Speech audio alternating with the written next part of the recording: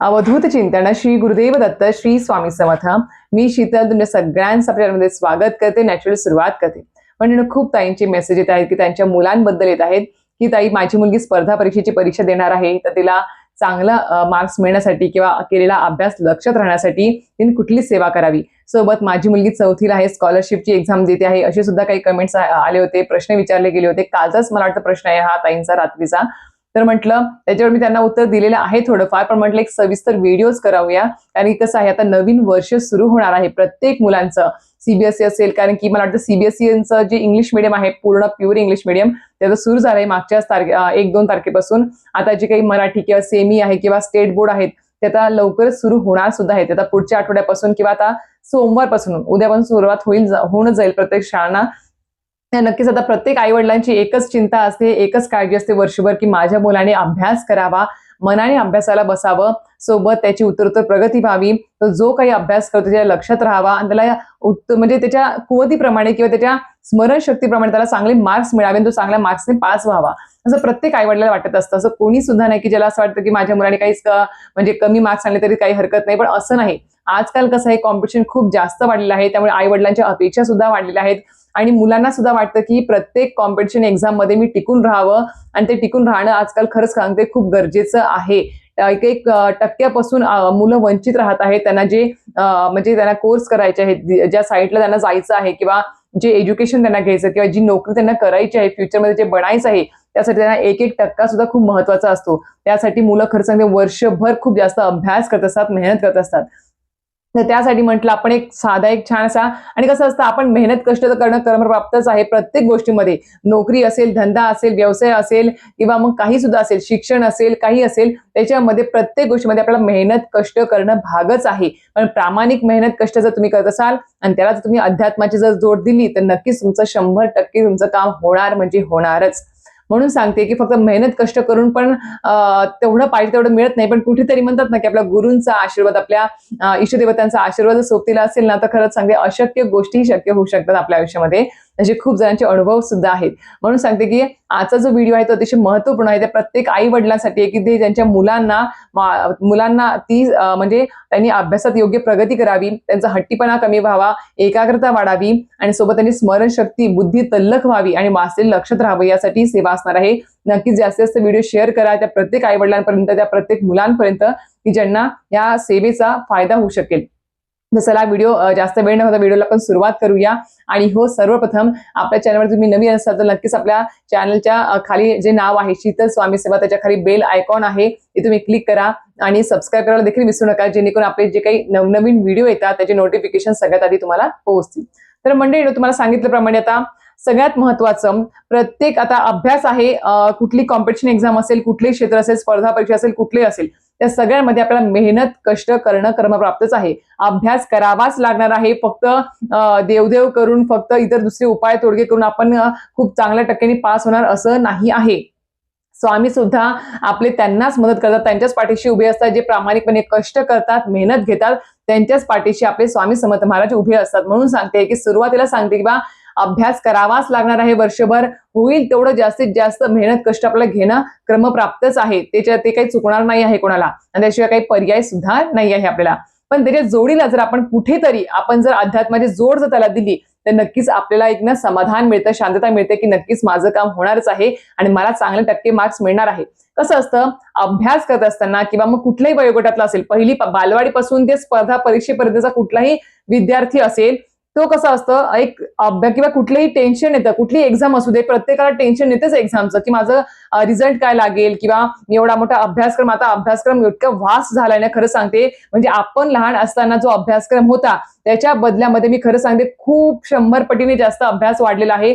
आता माझी मुलगी 4थीला होती मागच्या वर्षी, तिचाच जर बघितलं काही काही विषयांचे अभ्यास बघितले किंवा अभ्यासक्रम जर बघितला तर इतका वास्ट होता, इतका अवघड होता, खूप जास्त, म्हणजे आई वडिलांना सुद्धा कळणार नाही अक्षरशः अशा प्रकारचे ते क्वेश्चन आन्सर सिलेबस होते. म्हणून सांगते की सर्वप्रथम आपल्या मुलांची कुवत, आपल्या मुलांची बुद्धिमत्ता ही आपण ओळखायला पाहिजे. सर्वप्रथम आपला मुलगा किती हुशार आहे हे आपण ओळखायला पाहिजे. कसं असतं, आता शेजारच्या मुलाला 99% पडले, आपल्या मुलाला 70-80% पडले, म्हणून आपण त्याला जास्त जास्त टॉर्चर करणं आपल्या मुलाला, बघ त्याला किती पडले, बघ त्याला किती पडले, तुला का नाही पडले, तुला का नाही पडले, असं सगळ्यात प्रथम ही चूक करू नका. कसं असतं, प्रत्येक मुलगा हा त्याच्या बुद्धिमत्तेनुसार बुद्धिमत्तेनुसारच तो जन्माला आलेला असतो. तर नक्की सांगेल की प्रत्येकाची बुद्धिमत्ता ही वेगळी आहे. प्रत्येकाचं आता सगळेच जण काही इंजिनिअरिंगला जातात का, डॉक्टरला जातात, डॉक्टरशिपच करतात का, तर असं नाही. प्रत्येकाची आवड वेगळी असते, प्रत्येकाची बुद्धिमत्ता वेगळी असते, प्रत्येकाला म्हणजे त्या गोष्टीमध्ये म्हणतात ना की इंटरेस्ट किती असावा हे आपण ठरवू शकत नाही. आपण हाणून मारून पोरांना अभ्यासाला बसवू शकत नाही. तर सगळ्यात मोठी चूक आहे, मी खरं सांगते. त्यांना जबरदस्तीने हाणून मारून अभ्यासाला बसवू नका. सगळ्यात महत्वाचं, ते अजून जास्त त्याच्यापासून लांब पळतील. म्हणून सांगेल की त्यांच्या कलेनुसार घ्या, त्यांच्या बुद्धिमत्तेनुसार घ्या, की आपल्याला लगेच कळतं बघा. आपला मुलगा ज्यावेळेस बालवाडी 1ली 2रीला जातो त्यावेळेसच कळतं की आपल्या मुलाची बुद्धिमत्ता किती आहे, त्याला किती आवड आहे, किती इंटरेस्ट आहे, किंवा त्याचा कल कुठल्या गोष्टींकडे आहे ते पण आपल्याला कळत असतं. म्हणून त्या पद्धतीने आपण आपल्या मुलाला सपोर्ट करावा. एकच सांगते आहे की आपण आपल्या मुलाला फक्त सपोर्ट करा, त्याला आधार द्या की बाबा मी आहे, काही झालं तरी मी आहे. हे आईवडिलांनी सर्वप्रथम आधार द्यायला पाहिजे. आपले परमपूज्य गुरुमाली सुद्धा सांगतात बघा, प्रत्येक वेळेस दिवसभरामध्ये सारखं असं म्हणायचं नाही की माझा मुलगा म्हणजे येणाऱ्या पाहुणे रावळे असेल, नातेवाईक असेल, किंवा मुलाला स्वतःला सुद्धा दिवस रात्र एक शब्द बोलायचा नाही. तो म्हणजेच काय, तू अभ्यासच करत नाही, तू मंदच आहे, म्हणजे तुला चांगले मार्कच पडत नाही, हे कंटिन्यू बोलायचं नाही. कोणाजवळही बोलायचं नाही. नातेवाईक असेल, कोणी असेल, मित्रमंडळी कोणी आलं की ते आपल्या मुलाचं कौतुकच करायचं. म्हणजे काय होतं की म्हणतात ना, जेवढं पॉझिटिव्ह आपण बोलू तेवढ्याच चांगल्या गोष्टी पॉझिटिव्ह घडत असतात. आणि तुम्ही जर म्हटलं की माझा मुलगा अभ्यासच करत नाही, तर ते तशाच गोष्टी घडत असतात. म्हणून म्हणते की आपण जी वाचा आहे, आपलं जे उच्चार आहेत, आपले जे शब्द आहेत, ते योग्य पद्धतीने आपल्या मुलांसाठी वापरा. आजकाल बघायला गेलं तर मुलं सुद्धा खूप हट्टी आहेत, मला हरकत नाही, चंचल आहे, ते मी पण मान्य करते माझ्या मुलीनुसार. पण खरं सांगेल की आपण आपल्या मुलांना थोडंफार समजून घेणं खूप गरजेचं आहे आजच्या तरी युगामध्ये, कारण की अभ्यासक्रम खरं सांगते खूप जास्त वाढलेला आहे. आता या मेन मुद्द्यावरती म्हणजेच काय, तर पहिलीपासून बालवाडीपासून ते स्पर्धा परीक्षा कुठलीही परीक्षा देत असेल, तुमच्या घरातली कुठलीही वयोगटातली म्हणजे मुलं मुली असतील त्यांना सांगेल मी, सर्वप्रथम मी एक सांगेल की आपल्या नित्यसेवेच्या पोथीमध्ये बघा एक प्रज्ञाविवर्धन स्तोत्र दिलेलं आहे. हे मी खूप ताईंना सांगितलं आहे कमेंट बॉक्समध्ये. प्रज्ञाविवर्धन स्तोत्रम जे आहे ते कार्तिक स्वामींनी रचलेलं आहे. ते स्तोत्र एवढं प्रभावी आहे आणि खूप जास्त. मी खोटं नाही सांगणार, माझ्या स्वतःचा अनुभव सांगते. जसं गुरुमाऊलींनी ही सेवा सांगितली त्याच पद्धतीने मी माझ्या मुलीला सुद्धा ही सेवा रोज करायला लावते. सुरुवातीला मी तिच्याकडून पठण करून घेतलं, मला वाटतं 1 ते 2 वर्ष झाले ती कंटिन्यू ही रोज सेवा करते आहे न चुकता. आता ते जे स्तोत्र आहे प्रज्ञाविवर्धन स्तोत्र, ते नित्यसेवेच्या पोथी दिलेलं आहे. तुम्हाला गुगल पीडीएफला पण भेटून जाईल किंवा युट्यूबला भेटून जाईल. आणि ते स्तोत्र संस्कृतमध्ये आहे. वाचायला सुरुवातीला अवघड जातं, तर मी मुलीच्या डोक्यावर मी हात ठेवायचे. सुरुवातीला ते कसं आहे, प्रज्ञाविवर्धन स्तोत्र हे असं आहे की ते आपण सकाळी मुलांनी आंघोळ केली की देवघरासमोर धूप दीप लावून बसायचं असतं. मुलांचा उजवा हात त्यांनी डोक्यावर ठेवायचा आणि ते स्तोत्र पठण करायचं असतं. एक वेळेसच पठण करायचं असतं फक्त ते, पण हळूहळू सावकाश करायचं असतं. आता मुले लहान आहेत, त्यांना संस्कृत वाचता येत नाही किंवा वाचायला जमत नाही, तर काय करायचं, सकाळी मुलांची आंघोळ झाली की त्यांना अगोदर देवाला नमस्कार करायला आपण लावायचा असतो. हे झाल्या संस्काराच्या गोष्टी. आंघोळ झाली, कपडे वगैरे युनिफॉर्म वगैरे घातला की मुलांना अगोदर सांगायचं की बाबा जय बाप्पा करून घे, देवबाप्पाला नमस्कार करून घे, हे सांगायचं असतं. तिथे बसला की आपण सुद्धा त्याच्या बाजूला बसायचं. मुलांना जर वाचता येत नसेल तर सांगते आहे, तर आई किंवा वडिलांनी ते स्तोत्र पठण करायचं आहे आणि मुलाच्या डोक्यावर आपला उजवा हात जो आहे तो मुलाच्या डोक्यावर ठेवायचा आहे आणि आपण स्तोत्र पठण करायचं आहे. असं पण करू शकता. आता जे मुलांना वाचता लिहिता येतं त्यांनी काय करायचं, सकाळी उठलं, आंघोळ वगैरे झाली की अगोदर स्वामींना मुजरा करायचा, हे धूप दीप लावलेलं असावं देवघरासमोर, आणि प्रज्ञाविवर्धन स्तोत्र पठण करायचं. समोर प्रज्ञाविवर्धन स्तोत्र ठेवायचं आणि मुलांनी स्वतःचा उजवा हात डोक्यावर ठेवायचा आणि पूर्ण पठण करायचं. शब्द सुरुवातीला अवघड जाईल, हळूहळू वाचा, त्यानंतर तुम्हाला सवय होईल. माझ्या मुलीला तुम्हाला सांगितल्याप्रमाणे तिला पहिले वाचायला येत नव्हतं. मी जे डोक्यावर हात ठेवून मी पठण करायची. हळूहळू तिला म्हटलं की तू उच्चार कर आता. मग ती हळूहळू स्वतः मनात पठण करत गेली, हळूहळू बोलत गेली आणि ती अशा पद्धतीने तिने रोज ते पठण करत होती. चुकलं माखलं तरी ती हळूहळू पठण करायची. पण आज तर 2 वर्ष झाली आहेत, आज तिला ते स्तोत्र मुखपाठ आहे. म्हणजे मागच्याच वर्षी तिला ते मुखपाठ झालेलं आहे, मला हरकत नाही. कंटिन्यू जर आपण आपल्या मुलांकडून हे स्तोत्र पठण करून घेतलं. आता माझ्या मुलीला शाळेमध्ये संस्कृत हा विषय नाही आहे, तरी सुद्धा तिने ते प्रयत्न केला आणि सुरुवात रोज नित्यनियम तिने तो ठेवला. त्याच्यामुळे तिला त्या आज स्तोत्र संस्कृतमध्ये आहे, पण ते पाठ आहे, मुखपाठ आहे. ती आज फक्त आंघोळ झाली की देवघरासमोर धूप दीप लावते आणि उजवा हात डोक्यावर ठेवून फक्त डोळे बंद करून ती पठण करते. तिला बघून वाचायची गरज सुद्धा पडत नाही. आणि हे प्रज्ञाविवर्धन स्तोत्र काय करतं, स्मरणशक्ती वाढवतं आपलं. म्हणून सांगते की हे स्तोत्र आपल्या घरात पठण झालंच पाहिजे. मुलांना सुद्धा सांगा की हे करायला, ही सेवा आपल्या केंद्रातून सांगितली आहे ती तुम्हाला सांगते आहे. आणि माझ्या मुलीमध्ये मला खूप जास्त बदलाव दिसलेला आहे म्हणून तुम्हाला सांगते आहे. दुसरं आहे ते म्हणजेच काय, आपल्या मुलांकडून एक माळ स्वामींची रोज करून घ्यायची. एक माळ अगोदर करायला लावायची, श्री स्वामी समर्थ श्री स्वामी समर्थ, त्याच्यानंतर हळूहळू त्यांना माळी वाढवायला लावायच्या. त्यानंतर येते ते म्हणजे गायत्री मंत्र. सगळ्यात प्रभावी मंत्र गायत्री मंत्र अतिशय प्रभावी आहे. मी खरंच सांगते, गायत्री मंत्राची आपल्या परमपूज्य गुरुमारांनी काल परवा सांगितले बघा, की गायत्री मंत्र हा तुम्ही तुमच्या मुलांच्या शिक्षणासाठी सुद्धा उपाय म्हणजे उपयोग करू शकता. या मंत्राचा, या जपाचा, नामस्मरणाचा. तो कसा, तर रोज एक माळ किंवा जास्तीत जास्त 10 माळा आपल्या मुलांकडून करून घ्यायच्या आहेत. दिवसभरामध्ये तुम्ही करून घेऊ शकता, असं नाही की एका बैठकीतच कराव्या. टप्प्याटप्प्याने करू घ्या. 5 सकाळी 5 संध्याकाळी असं केलं तरी चालेल, किंवा एक तरी का होईना आवर्जून मुलांकडून श्री म्हणजे गायत्री मंत्राची माळ जप झालाच पाहिजे. 108 वेळेस बरं का, 108 म्हणजे एक माळ झालीच पाहिजे. ओम तत्सवितुर्वरेण्यं भर्गो देवस्य धीमहि धियो यो नमः प्रचोदयात्. ही माळ तुम्हाला जास्तीत जास्त मुलांकडून जप नामस्मरण करून घ्यायचं आहे. शांत चित्ताने धूप दीप लावून देवासमोर बसून आसनावर बसून आपल्याला हे मुलांना येत असेल माळ धरता किंवा जप युनिट द्या, जप युनिटवर त्यांना करायला सांगा चालेल, पण मुलांकडून हे करून घ्या. खूप प्रभावी आहे, खरं सांगते. खूप त्याने फायदा होतो. मुलांची बुद्धी तल्लख होते, स्मरणशक्ती. आणि स्मरणशक्तीसाठी सगळ्यांनी सुद्धा ही सेवा केली, रोज एक माळ गायत्री मंत्र तरी सुद्धा चालणार आहे. हे झालं. त्यानंतर बघा, प्रत्येक महिन्यामध्ये पंचमी तिथी येत असते बघा. तर त्या पंचमी तिथीला आपल्या मुलाच्या जिभेवरती शुद्ध मध वगैरे असतं बघा, त्या मधामध्ये दर्भाची काडी, सोन्याची काडी किंवा तुळशीची काडी घ्यायची आपली स्वच्छ धुतलेली, ती त्यामध्ये बुडवायची आणि पंचमी तिथी सुरू झाल्यापासून संपेपर्यंत कधीही आपल्या मुलाच्या जिभेवर एम हा जो सरस्वतीचा बीज मंत्र आहे तो आपल्या मुलाच्या जिभेवर लिहायचा आहे. एम, एडक्याचा ए असतो, त्याला टिंब असतो, त्याला एम हा शब्द आपल्या जिभेवर लिहायचा मुलांच्या आणि त्याला ते चाटायला लावायचं आहे. हे झालं आपलं सरस्वतीचं. कसं असते, सरस्वती मातेचा सुद्धा आशीर्वाद असणं खूप गरजेचं असतं. सर्वप्रथम सांगेल मी, घरामध्ये आध्यात्मिक वातावरण असावं, शांत वातावरण असावं, तरच मुलं सुद्धा अभ्यास करतात. आणि आपण सुद्धा, आई वडिलांनी सुद्धा जबाबदारी आहे, काळजी आहे, की फक्त जा रे अभ्यास कर आणि आपण आपलं मोबाईल टीव्ही किंवा कामात लागून जाणं असं करणं शक्य नाही. ठीक आहे, आजकाल आई वडिलांना सुद्धा जॉबला जावं लागतं, काम आहेत, सगळं काही आहे, पण दिवसभरातला थोडासा असा वेळ काढायचाच आहे आई वडिलांनी, की आपल्या मुलांना तो फक्त द्यायचा आहे. मोबाईल टीव्ही सगळ्या गोष्टी लांब.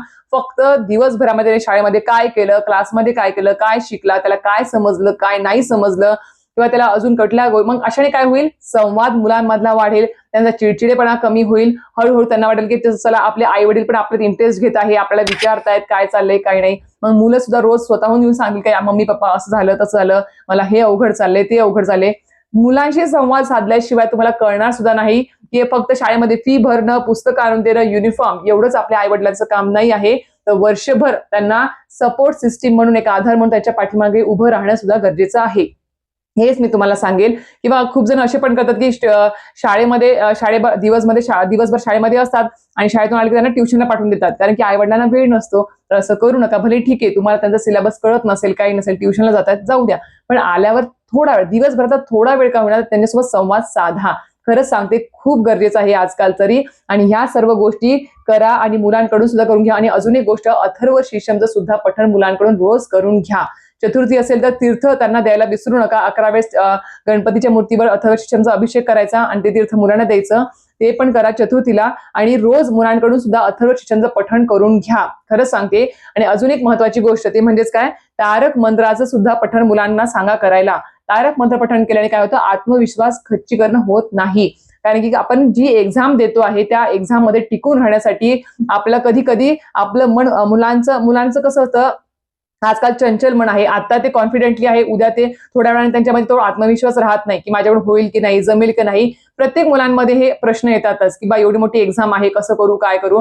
तर हा विश्वास, आत्मविश्वास वाढवण्यासाठी सुद्धा तारक मंत्र खूप गरजेचं आहे. प्रत्येक गोष्टीमध्ये तारक मंत्र खूप गरजेचं आहे. रोज एक वेळेस किंवा जास्तीत जास्त वेळेस मुलांकडून पठण करू घ्या. नसेल शक्य तर एक सांगेल की बा मुलांना एवढा वेळ बसून ह्या सर्व करणं गोष्टी शक्य नसेल, कारण की अभ्यास मोठा असेल, तर आई वडिलांनी तरी आवर्जून या सेवा कराव्या. आई वडिलांनी काय करायचं, तारक मंत्र तीर्थ सुद्धा बनवून आपण आपल्या मुलांना देऊ शकतो. पण काय करायचं, आई वडिलांनी काय करायचं, तारक मंत्र तीर्थ जे आहे म्हणजे ग्लासभर पाणी घ्यायचं, देवघरासमोर बसायचं, धूपदीप लावून आणि त्याच्यावर हात ठेवायचा आहे आणि आपण तीर्थ तयार करायचं आहे 11 वेळेस पठण करून. पण त्याच्या अगोदर स्वामींना विनंती करायची की स्वामी महाराज आजपासून मी हे माझ्या मुलासाठी संकल्पयुक्त करा किंवा विना संकल्प केलं तरी चालेल, कारण की संकल्पयुक्त म्हटलं की तुम्हाला नियम अटी येतात आणि ते खूप लोकांना पाळणं शक्य होत नाही. तर विना संकल्प करा, फक्त विनंती करा की स्वामी महाराज या तारक मंत्राच्या तीर्थामुळे माझ्या मुलाच्या स्मरणशक्तीमध्ये म्हणजे वाढ होऊ दे, बुद्धी तल्लख होऊ दे, जो काही तो अभ्यास करतोय, वाचन करतोय, ते लक्षात राहू दे आणि त्याला त्याच्या परीक्षेमध्ये योग्य ते बुद्धिमत्तेनुसार चांगले त्याला मार्क्स मिळू दे, अशी तुम्हाला प्रार्थना करायची आहे. आणि ते तारक मंत्र तीर्थ तिथे बनवायचं आहे. आणि तारक मंत्र तीर्थ बनवत असताना तुम्हाला 100% विश्वास पाहिजे, या तीर्थाने माझ्या मुलाला फरक पडणार आहे. आणि अजून एक गोष्ट म्हणजेच काय, पूर्ण 11 वेळेस तारक मंत्र पठण करत असताना पूर्ण शब्द वरती विश्वास ठेवून आणि त्याच्याकडे लक्ष ठेवून ते आपल्याला पठण करायचं. नाहीतर आपण माहिती एकदा गाडी सुरू झाली की पटपट आपण म्हणून मोकळं होतो, झालं 11 वेळेस, असं नाही. प्रत्येक वेळेस म्हणताना, प्रत्येक शब्द म्हणताना तेवढंच एकाग्रतेने लक्ष ठेवून ते आपल्याला पठण करायचं आहे. आणि ते तीर्थ आपण आपल्या मुलांना द्यायचं आहे, जे आपल्या घरामध्ये स्पर्धा परीक्षा किंवा कुठल्याही वयोगटातले जे काही अभ्यास करतात. मी हा व्हिडिओ आज का केला, कारण की आता आपलं उद्या परवा जेव्हा केव्हापासून आपलं ह्या मुलांचं बालवाडीपासून ते स्पर्धा परीक्षा त्यांचं असेल, ही नवीन वर्ष तर सुरू होते आहे, तर मुलांकडून या सवयी करून घ्या. मी खरंच सांगते, न चुकता किंवा अतिशोक्ती म्हणून पण नाही, तर माझी मुलगी रोज खरं सांगते, आंघोळ झाली, आंघोळ झाल्यावरती कपडे वगैरे युनिफॉर्म घातला की अगोदर ती स्वामी तिथे मुजरा करते, धूपदीप लावते, स्वतःहून लावते. आता दिवा लावता येतो, तर एक माळ स्वामीची ती रोज करते, सोबत प्रज्ञा विवदन स्तोत्र 1 वेळेस पठण करते. आता मी तिला हळूहळू तिला जप वाढवला आहे. तिला ते म्हणजेच काय, आता तिला मी एक गायत्री मंत्राची 1 माळ रोज करायला लावते आहे आणि सोबत तिला 99 मंत्राची जी आई भगवतीची नामस्मरणाची ती माळ म्हणजे मंत्र आहे, तो जो अतिशय पॉवरफुल आहे आणि प्रत्येक स्त्रियांसाठी, प्रत्येक मुलीसाठी तो एक कवच, संरक्षण कवच म्हणून काम करतो. ते पण तिला मी रोज करायला लावते. ओम ऐं ह्रीं क्लीं चामुंडाय विच्चे. तर रोज हळूहळू तिची आता मी सेवा वाढवते आहे. आणि जरी तिला सकाळी जमत संध्याकाळी जर आवर्जून आपल्या मुलांकडून तुम्ही करून घ्या, खूप फरक दिसून येतो. मी खरं सांगते, नक्कीच करून बघा. आता मी टप्प्याटप्प्याने थोडा सेवा सांगितलेला आहे. अजून सुद्धा काही मला जर सेवा कळाल तर नक्कीच त्याच्यावरती व्हिडिओ बनवेल आणि तुम्हाला सांगेल, तुमच्यापर्यंत ती सेवा नक्कीच पोहोचवेल. पण आतापर्यंत तरी नक्कीच आपल्या मुलांकडून या सगळ्या गोष्टी करून घ्या, एवढंच मी सांगेल. तर अशा प्रकारे व्हिडिओ आवडला असेल तर नक्कीच व्हिडिओ लाईक, शेअर आणि सबस्क्राईब करायला विसरू नका. श्री स्वामी समर्थ.